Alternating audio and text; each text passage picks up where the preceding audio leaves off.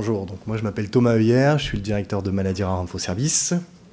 Je m'appelle Anna Rath, je suis médecin et je suis la directrice d'Orphanet. Et on va faire une présentation un peu rigolote en duo.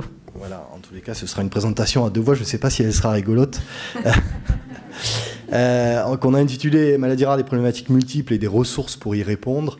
Et on a paraphrasé un film de Woody Allen. C'est tout ce que vous avez toujours voulu savoir sur la prise en charge d'un patient atteint d'une maladie rare en 10 minutes.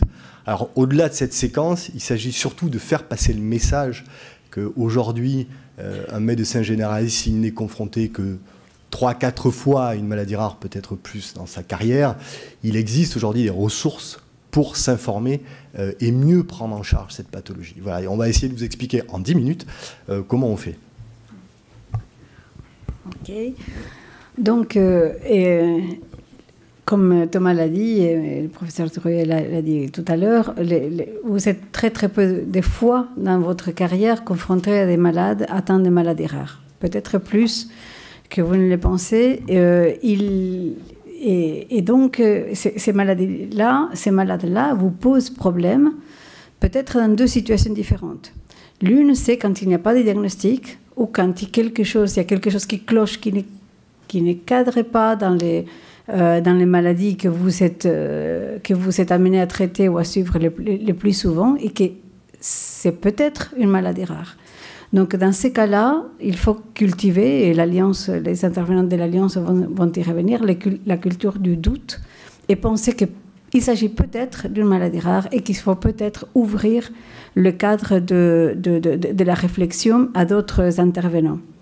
Mais il y a aussi les cas de malades qui viennent avec un diagnostic et qui, eux-mêmes, ou dans le cas des enfants, les parents, en savent plus que vous-même. Et donc, c'est des situations qui sont inconfortables pour vous et dans lesquelles vous aussi, vous avez besoin d'avoir recours à l'expertise et à l'information. Donc, il faut que vous sachiez où trouver l'information, il faut que vous sachiez où trouver cette expertise et que vous soyez à même de consolider votre position de médecin de premier recours et que vous puissiez assurer le suivi de proximité, en étant partenaire finalement de ces parcours de soins et de ces parcours de vie des malades avec les experts, avec les professions paramédicales et avec les professionnels du secteur médico-social. Donc, il y a beaucoup de situations, comme vous le voyez, dans lesquelles le médecin généraliste joue un rôle clé finalement dans la vie des malades et qui peut faire la différence dans la vie de tous les jours, car le malade ira au centre de référence peut-être une fois dans l'année. Mais le reste du temps, ça sera à vous de coordonner son parcours. Et donc, il faut aussi que vous puissiez être à même d'informer les malades au sujet des associations, au sujet des centres d'expertise, au sujet de toutes les aides qui peuvent lui être offertes par la structuration du système de soins. Absolument, en sachant que les maladies rares ont des spécificités fortes. La première de cette catégorie, c'est une multitude d'étapes, d'abord, dans le parcours de santé et de vie de la personne malade et de sa famille, de son entourage. Il y a évidemment les premiers symptômes, et surtout ensuite, il y a la recherche du diagnostic, qui peut être long, avec, on y a fait référence tout à l'heure, l'errance diagnostique, un chiffre qui me vient là, plus de 20% des malades ont une errance supérieure à 5 ans. Voilà. Au-delà d'une moyenne, qui est parfois un peu réductrice, je crois que ce chiffre de 20% d'un cinquième parle d'eux-mêmes. Après la recherche et la pose du diagnostic, il y a l'annonce diagnostique. C'est un moment essentiel pour toutes les pathologies, bien entendu, mais pour ces pathologies complexes, parfois et même souvent difficilement accessibles aux malades et à sa famille, c'est un moment fort, crucial. La prise en charge médicale, ensuite, se met en place, en particulier avec les centres experts, que ce soit les centres de référence ou centres de compétences.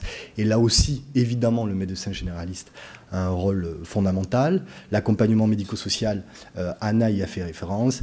Ensuite, il y a l'aggravation des troubles. Et puis, la participation à des essais cliniques, où là, les enjeux et les problématiques sont également très spécifiques au monde des maladies rares. Il est parfois difficile de constituer des cohortes pour mener des essais cliniques avec peu de malades. Une multitude d'étapes, une multitude de problématiques, j'y ai fait référence, l'absence de diagnostic, l'errance, L'accès à l'expertise médicale, malgré les avancées qu'on a constatées ces dernières années, il y a encore beaucoup à faire pour que l'ensemble des malades concernés puissent accéder à cette expertise médicale, le conseil génétique, en particulier par rapport à la descendance, la quasi-inexistence de traitement curatif, seul 1% des maladies ont un traitement curatif, la disponibilité d'une information validée, elle existe aujourd'hui, grâce à Orphanet et grâce à Maladies Rares Infoservices, mais encore faut-il y accéder, ce qui est parfois compliqué, compte tenu de la complexité de ces pathologies. Puis il y a l'ignorance sociétale. On a mené des enquêtes, des études depuis un certain nombre d'années, et un grand nombre de malades et de familles expriment c'est même pas une difficulté, c'est cette souffrance de ne pas être reconnu par le reste de la société. Je ne veux pas faire de comparatif, mais quand on situe une maladie qui est plus fréquente aujourd'hui, qui est parfaitement identifiée dans la société, aujourd'hui tout le monde est compréhensif. Ce n'est pas le cas pour les maladies rares. Et là, on a encore un gros travail à faire, en particulier en termes de sensibilisation et de communication. Et puis, il y a une multitude d'acteurs. Et ça, c'est une particularité, une spécificité très forte également. Évidemment, les médecins, tous les médecins, les paramédicaux, le milieu scolaire, professionnel, les maisons départementales des personnes handicapées, les caisses primaires d'assurance maladie, les établissements et services médico-sociaux, etc., etc. Et je ne vais pas tous les citer, mais il y a un besoin peut-être encore plus que dans tout autre domaine d'une coordination très forte entre l'ensemble de ces acteurs. Voilà. Mais pour autant, 3 acteurs sont majeurs, à notre avis. Évidemment, le médecin ou l'équipe du centre expert, le médecin traitant. Les malades et les familles nous le disent dans les enquêtes qu'on mène. Leur rôle est fondamental. Et puis l'entourage, que ce soit la famille, les amis, le milieu professionnel, l'école, etc., etc. Donc, qu'est-ce que vous avez à votre disposition pour y faire face et pour remplir ce rôle qui vous avez compris est central dans la vie des malades? Évidemment, il y a les centres de référence et les centres de compétences qui sont maintenant organisés en filière de santé maladies rares. Anne Chevrier nous l'a expliqué. Les associations des malades et les familles auxquelles vous pouvez avoir recours, et donc vous aurez cette présentation de l'Alliance maladies rares après la nôtre. Et puis un dispositif national d'information qui est complémentaire avec un site internet que vous connaissez peut-être qui est Orphanet et une ligne téléphonique et un site internet également qui est Maladies Rares Infoservices. Et l'offre est complémentaire puisque Orphanet produit de l'information sur les maladies rares en général. Donc vous pouvez consulter l'information sur les maladies rares, mais aussi quels sont les centres d'expertise, quelles sont les associations de malades pour chacune des maladies. Et Maladies Rares Infoservices est là pour répondre à des questions précises, avec une réponse personnalisée, que ce soit aux malades, mais aussi à vous, médecins généralistes, et aux professionnels de santé en général. Donc, cette logique de complémentarité est là à votre disposition, mais aussi aux dispositions des malades, des associations de malades et de tous les autres acteurs que Thomas a mentionnés, qui sont multiples autour du malade atteint d'une maladie rare. L'information que nous véhiculons est une information qui est validée par des experts du domaine, qui est expertisée donc, et qui est à valeur ajoutée et qui est donc fiable. Et on est à votre écoute, que ce soit Orphanet ou Maladies Rares Infoservices, y compris pour améliorer cette information.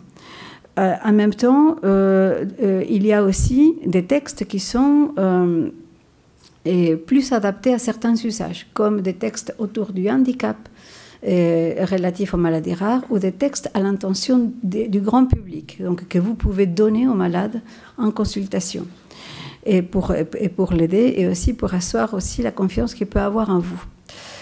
Ensuite, dans Orphanet, nous avons mis à disposition un outil d'aide au diagnostic en rentrant des signes et symptômes qui fonctionne en anglais pour le moment, mais qui va être étendu à toutes les langues et qui permet aussi de vous aider à vous orienter dans le diagnostic, même si vous ne pourrez pas le poser, parce que dans la plupart des cas, il faut l'intervention de l'expertise pointue, et puis parfois, dans un grand nombre de cas, on est dans une impasse diagnostique, mais on peut avoir déjà une orientation qui permet de frapper à la porte d'un centre de référence en particulier.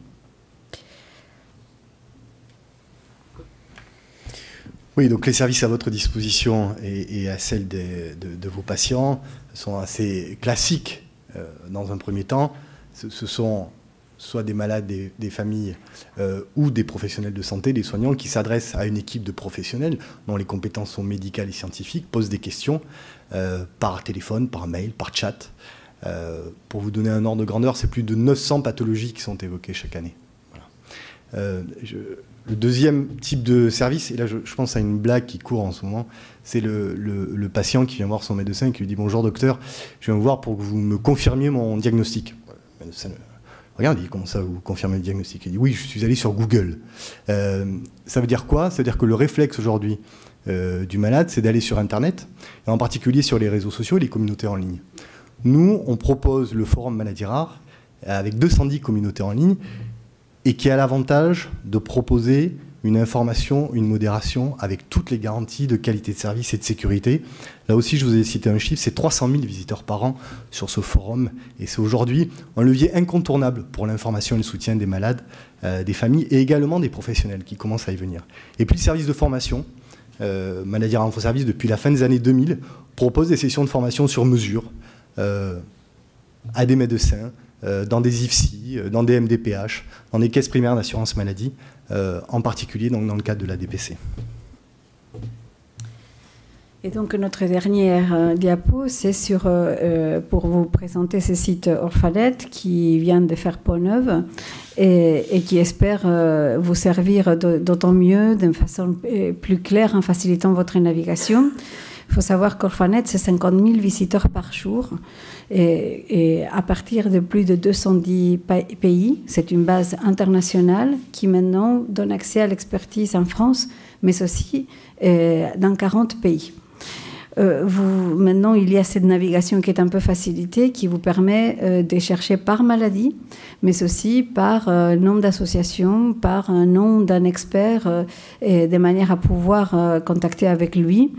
Et de même, les laboratoires de diagnostic et des textes de recommandations, et surtout des textes qui sont des recommandations de bonnes pratiques qui sont produits par les centres de référence et les filières, qui sont les protocoles nationaux de diagnostic et de soins, qui sont des outils précieux pour vous, parce qu'ils règlent, ils donnent de bonnes pratiques pour la prise en charge des A à Z dans les parcours des soins, les parcours de vie des malades. Donc je vous invite à avoir ça en tête et à faire le numéro de Maladies Rares Infoservice ou les sites Orphanet quand vous serez confronté 3, 4 fois, 5, 10 fois dans votre carrière à un malade atteint de maladies rares. Vous n'êtes pas censé connaître les 6 000 ou 7 000 maladies rares, mais vous êtes censé savoir où trouver l'information les jours où les cas se présentent, et aussi les jours où vous avez le doute de si c'était une maladie rare, et que vous puissiez peut-être appeler Maladies Rares Infoservice pour discuter avec un médecin qui va vous orienter aussi, ou vous épauler dans ces doutes diagnostiques. Voilà ce qu'on tenait à vous dire, voilà les adresses et les numéros, et à votre service.